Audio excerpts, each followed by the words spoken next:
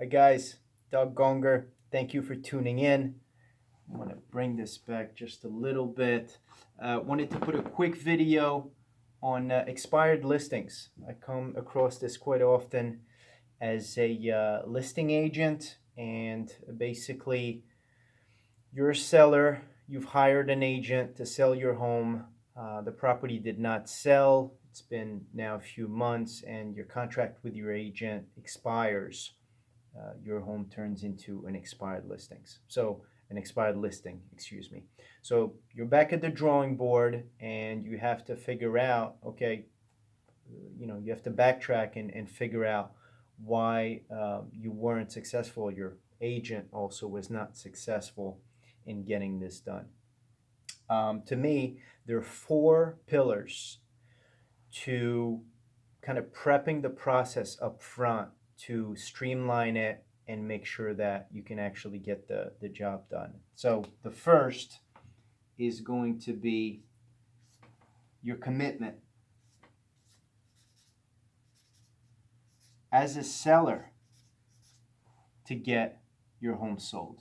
Commitment slash decision.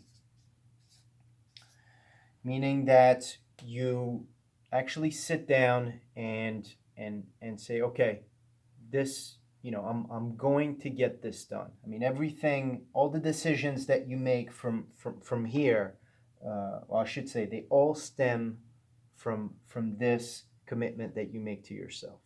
Everything else kind of starts with that. Um, Following up, of course, is going to be your price. Now, a lot of the times it is the reason why a property did not sell, but it is not always the case. But of course, price is, location, location, location. You could also think of price, price, price, right? Making sure that you're relevant with your market as a seller is priceless, right? So what you want to do is, if you have to speak with a few different agents and get an idea of that before you even interview or sit down with anybody, quick a couple phone conversations here and there can go a long way. There's a ton of information out online now. Of course, you could do that, but I would strongly recommend that you acclimate yourself with at least the range, even if it's not spot on, at least a range of where you think your property should be able to sell. Now, the third is, and again, it stems back to your commitment and the decision that you made. It's the incentive that you're giving agents to show your property. Now,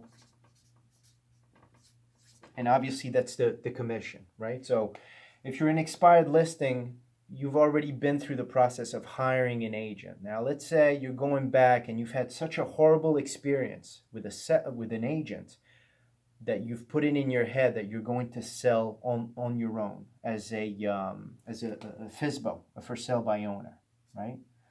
Um, if you do that, you do still have, you don't want to burn all the bridges. You could still have agents come and help you and bring buyers through your home, right? So that's when this incentive here turns into a commission. What kind of commissions are you offering to give people an incentive to come and show your home?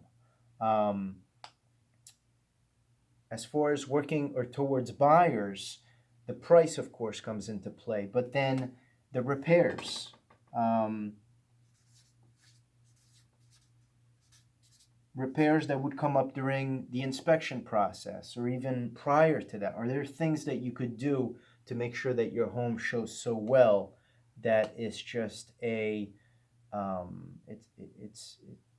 are just no issues there? A buyer is going to be able to step right through that and just be comfortable with moving forward with your home, with purchasing it. So incentive, and what I wanted to actually also give you is Flexibility. You want to keep some flexibility in the way you interact with other parties. This is critical, in my opinion. And then finally, I want to make sure we're fitting here.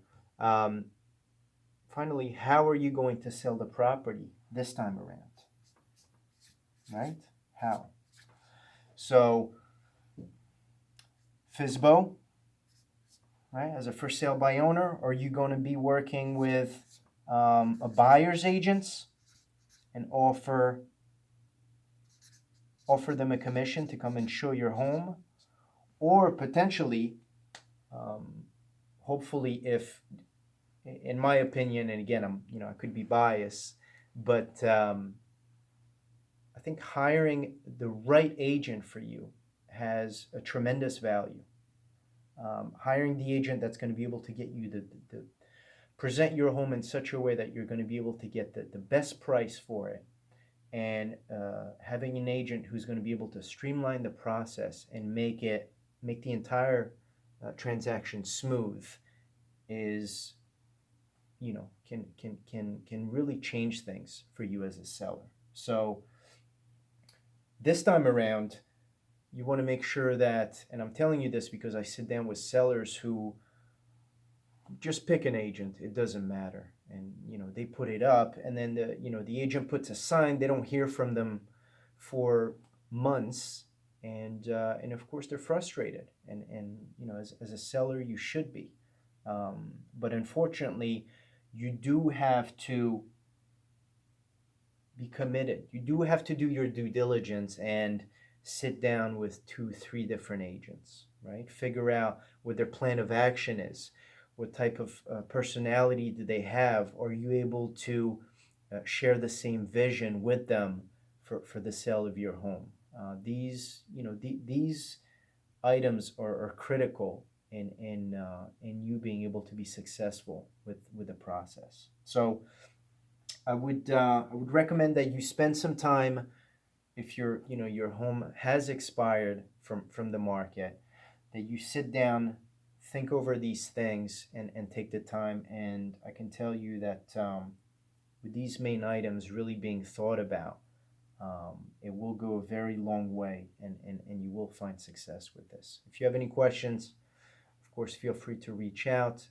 You can reach me on my cell phone at 267-455-2613, or email doug@closeinphilly.com, and for New Jersey, doug@closeinjersey.com. Hope this was of some help. Feel free to reach out anytime, and I'll see you on the next one. Take care.